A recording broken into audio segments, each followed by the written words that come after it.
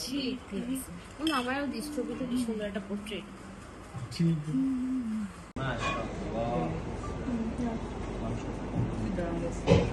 তোরা আমাদের বন্ধুদের নিয়ে আমার একটু সুন্দর করে নিয়ে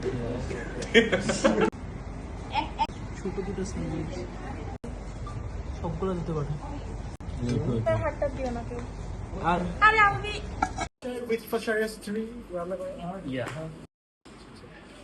Cinematography. মাশাআল্লাহ। ও রিদিতারে যা লাগছে না, মিথ্যা কথা। চায় না, সুন্দর লাগছে।